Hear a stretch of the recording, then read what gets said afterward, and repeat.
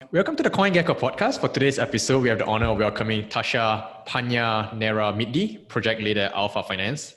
A little bit about Tasha. Tasha was a UC Berkeley graduate and previously worked in investment banking in San Francisco and London.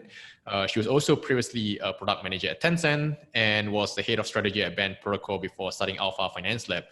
We are very happy to have Tasha join us on the CoinGecko podcast today, and I'm a big fan of Alpha Finance, been using the product for some time. So we'd love to welcome Tasha and ask her more about Alpha Finance today. Welcome. Yeah, great to be on, and thank you, Bobby. We have been working on several instances together, and really have to have you as our users too. Mm-hmm. Yeah, I guess for the first question, right? For those of us, for the benefit of the CoinGecko community who are not so familiar with Alpha Finance, maybe can you explain to us in simple terms what do you guys do at Alpha Finance? Yeah, so you can think of Alpha Finance Lab as a cross-chain DeFi lab. And what that means is we are building a number of DeFi products on multiple chains. Each particular product will address its own unaddressed demand or market gap that we see fit. But at the end of the day, all of these products will work together to achieve the overarching theme of how do we maximize the returns while still minimize the downside exposure, because we think that's the ideal financial product suite. If you can find a way to maximize returns and also minimize the risks or downside exposure for our users, then that would be the best solution. So you mentioned like cross-chain DeFi labs, and this seems to imply that it would be multiple DeFi products across multiple different blockchains. At this point in time, I guess you have launched your first product, which is a levered yield farming product on Ethereum. But maybe tell us a little bit more about this product and what are the products that you guys have in mind moving forward? Yeah, so Alpha Homura V2 is actually coming up. Okay. So that is something that we will continue to share more with our community going forward, and how it's really special in terms of features and functionalities.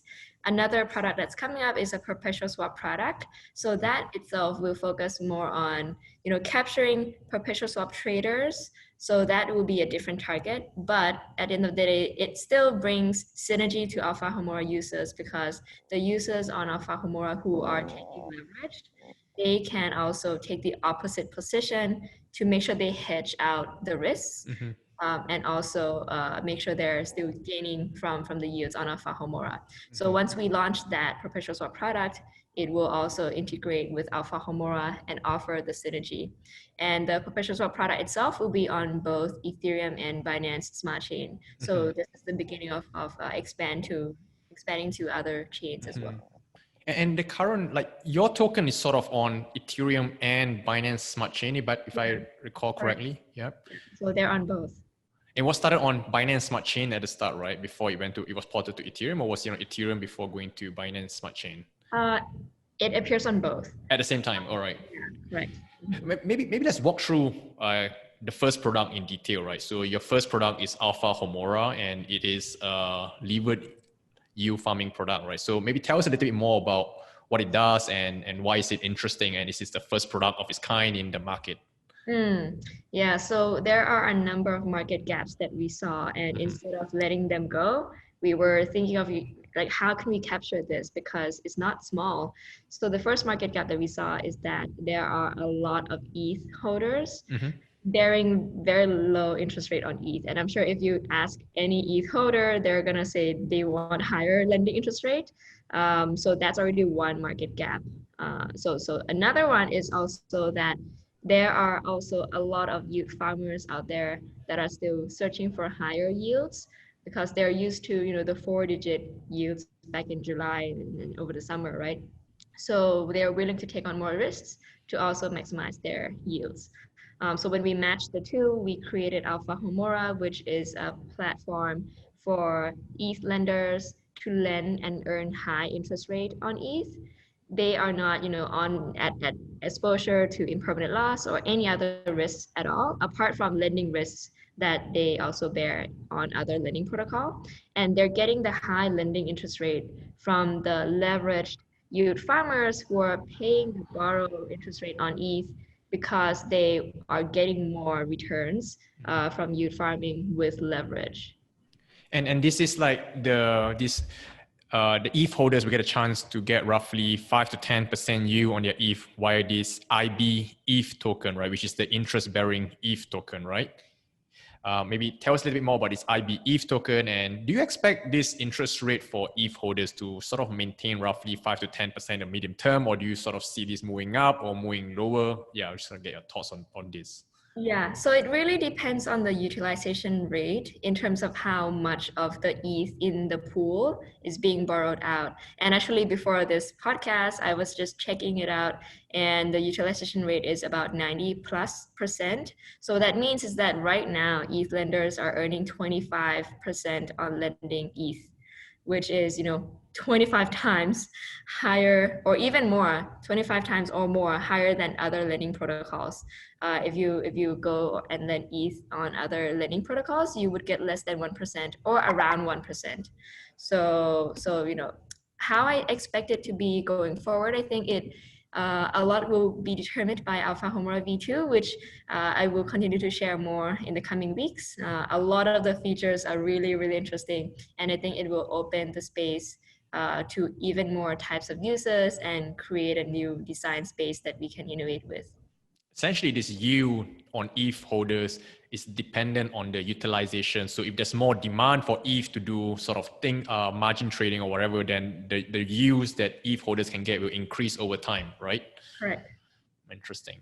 And who are the guys, like what sort of lending risks do lenders take on when they sort of put their ETH into this IB ETH wallet?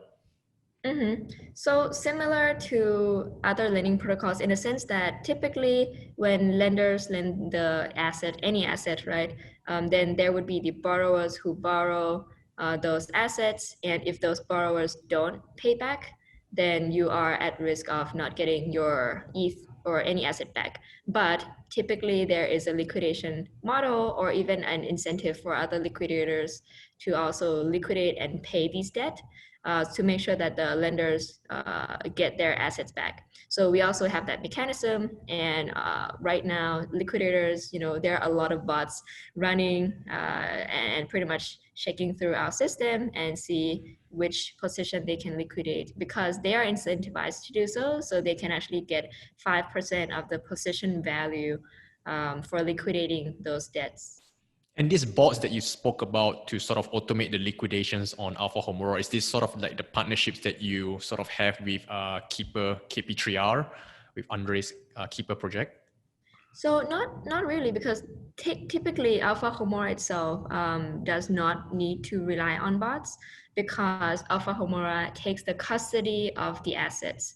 So what that means is that when the assets or the deposition is reaching the liquidation threshold, then it can actually automatically liquidate itself. But there are incentives for other bots to do so as well to make it more efficient.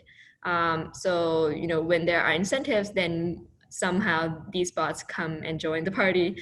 So they actually liquidate a lot faster than us doing it ourselves.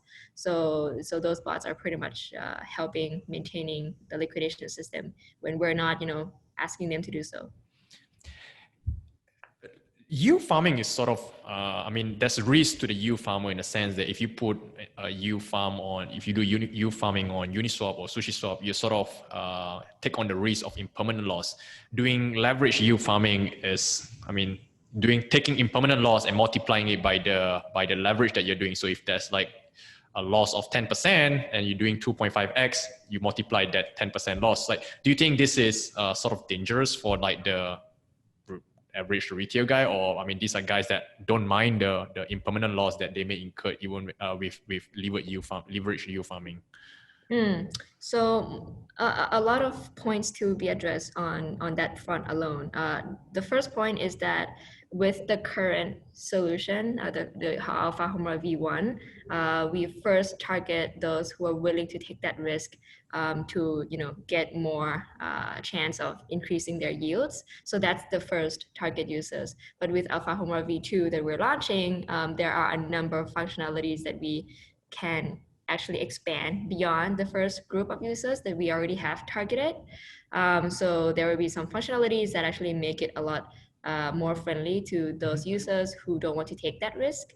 So that would be the second part to my answer. The third part is also that when we have seen a lot of traction coming to adopt Alpha Homora and the fact that it's higher IL in permanent loss, we actually have thought of another product which will also solve this problem, and it's something that we are doing more research on. So pretty much, apart from Alpha Homora V2, which we are building, apart from perpetual swap product, which we have already built, we are also thinking and working on this, new idea to solve this problem.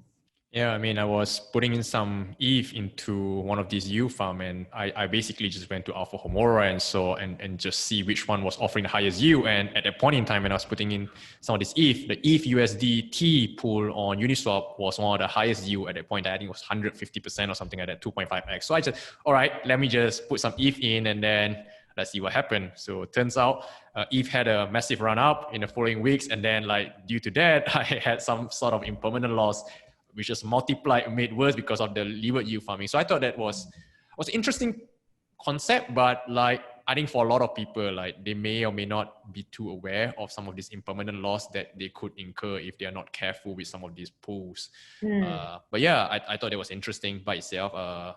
If you know what you're doing, it's definitely a good thing. So yeah, let's talk about Alpha V2, Alpha Finance V2. You sort of mentioned it a few times in the podcast. When is it coming? What are the features? Tell us more about it. Yeah, so it should come early next year. And feature-wise, we're gonna save it for our community in the coming week. Okay. But it is something that quite a major change, and pretty much it's gonna double down on this leveraged yield farming, leveraged liquidity providing arena. So we're gonna aim to continue, innovating in this space while we build other products to help minimize the downside exposure. Mm-hmm. And recently you guys announced a partnership with Aave. So tell us more about this partnership and why is it interesting? Yeah, it's interesting because you can already just gain from borrowing the ETH from Aave and paying the about 1% borrow APY, and then lend that ETH on Alpha Homora and then earn, let's say, 25%, which is the current rate. So if you just do that, you would already gain the difference, right? And for doing this, we just make it so easy and simple for the users, be it those who already lent on Aave or be it those who haven't lent on Aave. So if you go to Alpha Homora site, there's going to be a tab called Earn on Aave plus ETH. And if you click on, start earning, then there are pretty much 3 simple steps. The first step is you decide which other assets you want to lend on Aave and be used as collateral. Or if you already have lent and turn on the collateral, then you can skip the next step and then borrow the ETH from Aave and then lend that ETH to Alpha Homora. So pretty much it's all, in 3 simple steps without having you to go back and forth between Alpha Homora and Aave. Mm-hmm, mm-hmm. Yeah, and I think this is also helpful for not only Alpha Homora in a way that more liquidity is being poured into Alpha Homora, and as a result, the leveraged yield farmers, leveraged liquidity providers have more liquidity to take leverage on, but it also benefits Aave because now people who haven't lent on Aave will be lending on Aave, and those who have already lent on Aave will make more usage of ETH that's lying around in Aave, and borrowing those ETH to lend on Alpha Homora. Mm-hmm. Mm-hmm. Going back to the Alpha Homora, right? I mean, what I noticed was since the launch of your product and until now, you've been adding quite a lot of pools onto Alpha Homora. I guess my question is, how do you guys decide which pools to add onto Alpha Finance? Do you plan to allow all pools to be added, or just what's the criteria, I suppose?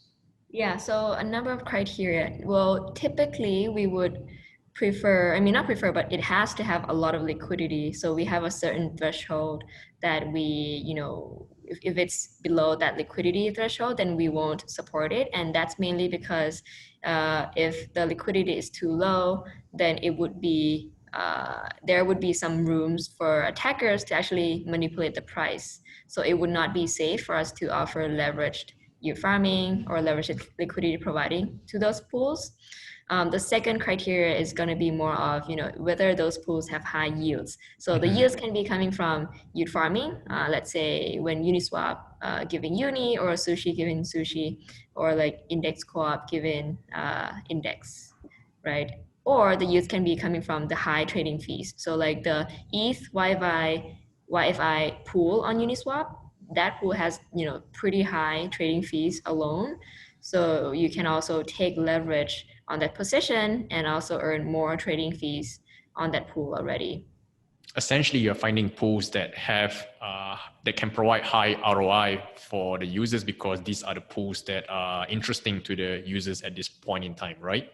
Yeah, another point is also, even if some pools, need the liquidity, don't have that high ROI, but decent, but their communities are really strong, then we will also add those pools, because I think, as we continue to grow Alpha Finance Lab and Alpha Homora, we want to benefit and bring benefit to other strong communities too, so they can also make use of their tokens and join our Alpha community.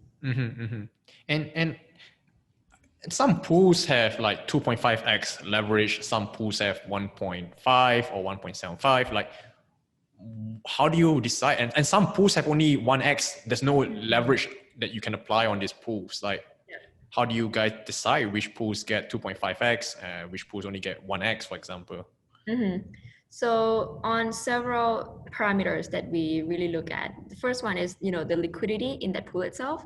If it's around the borderline of the threshold that we have, but we want to support it, maybe that's because the community is really strong, maybe the ROI is good for the trading fees, then we will offer it at 1x because it's around the threshold. We don't want to risk it. The second parameter is also on the pretty much the price volatility. So let's say if the price moves a lot in the past, then it may not be good to offer 2x, but it might be better to offer like 1.5. So that's pretty much the two main things. And do you see like the leverage ratio of 2.5x being the highest that you guys could offer, or do you see a future where it could be higher, for example 5x or 10x leverage on these yield farming pools? So it's highest for ETH. So if you're taking leverage on ETH, I think 2.5 is the highest we're offering, but that doesn't mean that that's going to be the maximum we're offering, because Alpha Homora V2 will have a number of functionalities. A little hint there, that we can even create a different kind of types of leverage. So eventually it's going to be even higher than 2.5. Okay, interesting.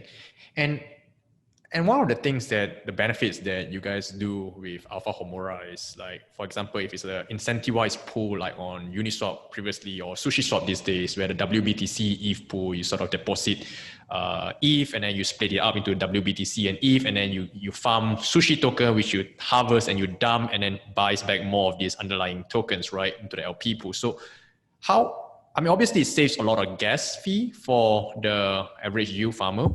I guess my question is, how often do you harvest and buy back the underlying token, add into the LP pool, and then repeat this whole process? Yeah, so this is actually done by the other users, which we call the reinvestor. So these reinvestors can reinvest directly from the front end, and pretty much they are incentivized to do so because they're getting 3% of the total rewards in that pool. So they can typically just calculate, if the 3% that they're getting is going to be worth it based on the current gas price. So if it's worth it, then they would do it. And typically we have these reinvestors helping us to reinvest, every couple of hours or so. So that also not only benefits the reinvestor themselves, but also benefits the users who have the positions open, as they also earn from these reinvestment that happens. But from how we think of it going forward is that for Alpha Homora V2, one of the things that we want to do is establishing ourselves and bringing more synergy to other projects more so. So what we're doing is also offering an opportunity for users to select whether they want to reinvest or not, because we want to keep it open. Maybe there are going to be a lot of users who don't want to reinvest and sell these tokens. Maybe they want to actually farm these tokens and use it for maybe governance purposes or other future use cases of these tokens, right? And I think this will also help the other projects more on the long term, like SushiSwap. They also want to promote more governance, community. So I think this will also go aligned with what they are planning to do. Yeah, I thought what you guys have with that reinvestment tab was interesting, because for a lot of these protocols, like only the developers could sort of like conduct these liquidations and this reinvestment sort of thing, because there's typically no front end for these things, and you sort of have to run a bot to check on all the, I mean, from Maker's case, CDPs that are open that are sort of near the liquidation thresholds on Compound or Maker, and then like those that are at risk, only the developers will be able to call the contract and liquidate these things. Whereas I know what you guys did was pretty interesting. For the first time as a non-technical user, I could sort of see all the contracts that are sort of, all the positions that are sort of at risk, and to sort of liquidate them if I wish to. But so I thought that was an interesting product design decision. Why do you guys choose to do such thing, to make it like open for the front end for users to sort of do it? Yeah, I think one of the key things that we really care about is user friendliness. So if you use our product and you follow our Twitter, one of the key theme is pretty much making sure it's a few steps for users to do such things. So like, for example, in order for you to farm, you just do 3 simple steps: select the pool, enter how much, and which asset you want to use to farm, and then number 3, enter leverage, right?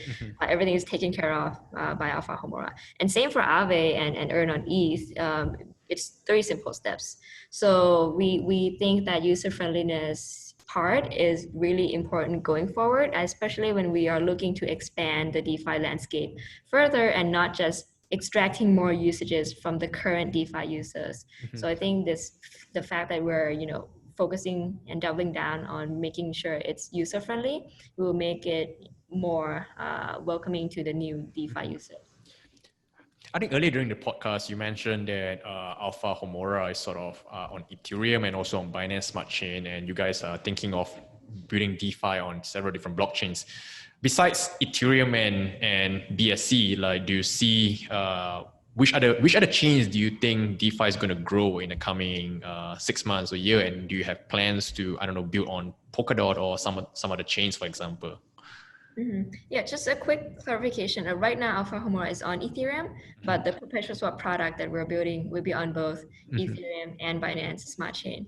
And pretty much how we look at it is that I think next year is going to be really, really interesting for different chains, and also L2, when a number of chains are coming to life pretty much, and with all the tool sets, all the developer toolkits.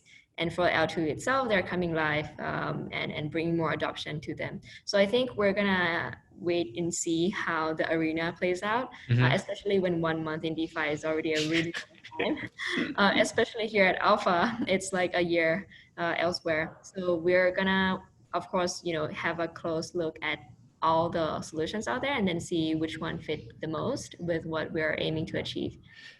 Yeah, I mean, I think you got a good point. Like, I mean, it's really hard to plan things ahead of time because things move so fast. I mean, I get questions like, what's CoinGecko's product roadmap for 2021? And then a lot of time, I guess, like, I don't know. Let's see what happens in crypto in 6 months' time. Like, we will change and adapt. So I guess my guess is you guys kind of follow the same method as well. You have sort of a rough roadmap, but the exact details you don't know, and see what happens and plays out next year, right?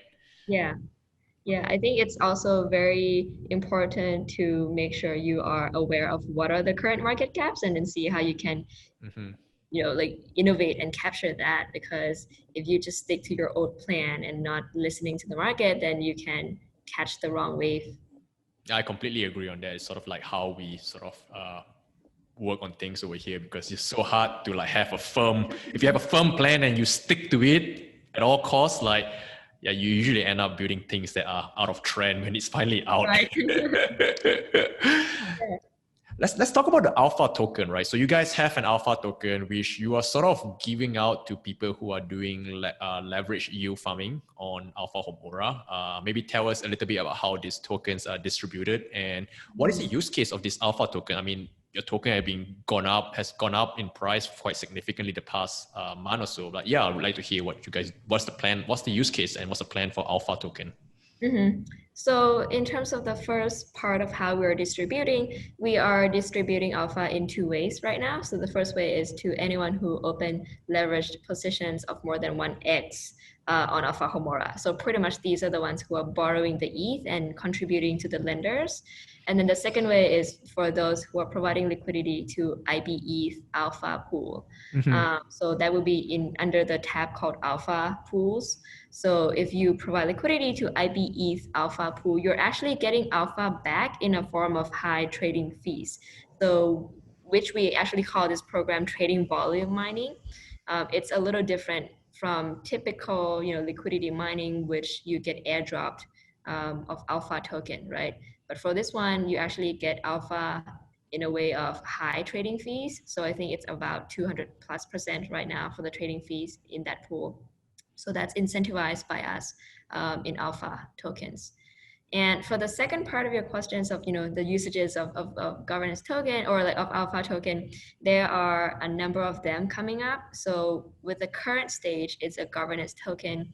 But when we launch more products, for instance, our perpetual swap product, we're going to bake in the security functionality in a sense that users can stake and participate and pretty much help ensure the security of the protocol in exchange for the protocol fees. So that's something that's coming up next.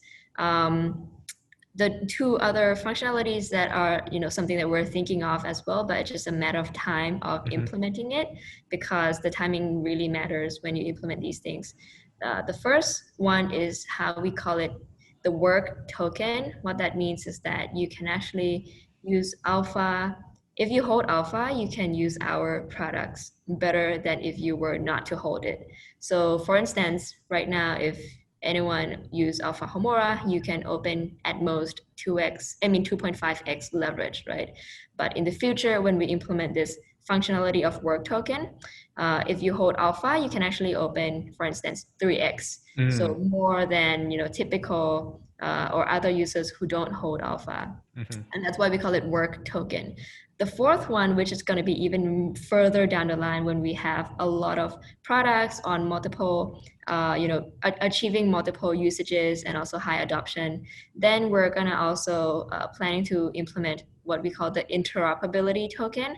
What that means is with alpha token, you will be able to not only use one product better, which is under the work token, but you will be able to use number of alpha products better. So for instance, if you are using Alpha Homura already and you want to open the opposite leveraged ETH long position on perpetual swap product, then you would be able to do so in a very simple and user-friendly way if you hold alpha. If not, then you have to go to the perpetual swap product that we built and then open the opposite position yourself. So that's one of the plans that's coming up. And all of these all depend on once we reach certain usage level and really high adoption level, then we're gonna consider implementing these. It's interesting. I like the third use case where it's like a membership token where without this alpha token, you can't farm at a higher leverage. You sort of need it to upgrade your farming leverage, your leverage that you can use on alpha. Yeah, it's interesting. And the other two was also, the first two was a sort of interesting use case as well. What so I mean, using Alpha Homura obviously comes with risks. Main one being smart contract risk, and whether you're on the IB providing ETH on the IB ETH ward or providing ETH onto the levered yield farming, there's always the risk that your smart contract could be hacked and the funds could be drained. Obviously, I believe you guys have had like your smart contracts audited, but I mean, things can always happen. Like I believe you guys recently have a Nexus Mutual pool open recently so that users can buy insurance. But I'm just curious. I haven't really checked, but what would be the cost of buying insurance or protection on these Alpha Homura contracts? I see. Yeah, the cost is, I mean, it can get lower. So there still is a room for Nexus Mutual users to stake and also offer these coverage. So as time goes on, as we establish our names and as more people use Alpha Homura, I think there are going to be more Nexus Mutual members who stake and bring down the costs. So I think, yeah, but definitely it's something that Alpha Homura users can already, buy the coverage of. So I think that's already a great start in terms of offering that insurance against smart contract risk.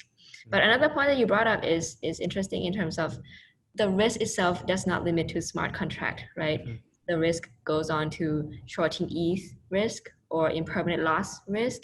And these are something that we are also looking to tackle with the upcoming Alpha products, be it Alpha Homura V2, be it perpetual swap product, be it the new idea, which cannot share yet, that we are working on. Yeah, I think it'd be interesting if if I can yield farm with zero impermanent loss risk, that would be super interesting, just getting the returns, and that return can outperform just holding ETH. That's kind of, I don't know how it can be done, but sort of like putting ETH into the IB ETH. At 25%, that's pretty good. But it fluctuates. The last time I checked was around 8%, but 25% at this point in time, super high. I thought it would have gone down by now because after your partnership with Aave, people would have deposit on, borrow ETH on Aave and put it onto Alpha.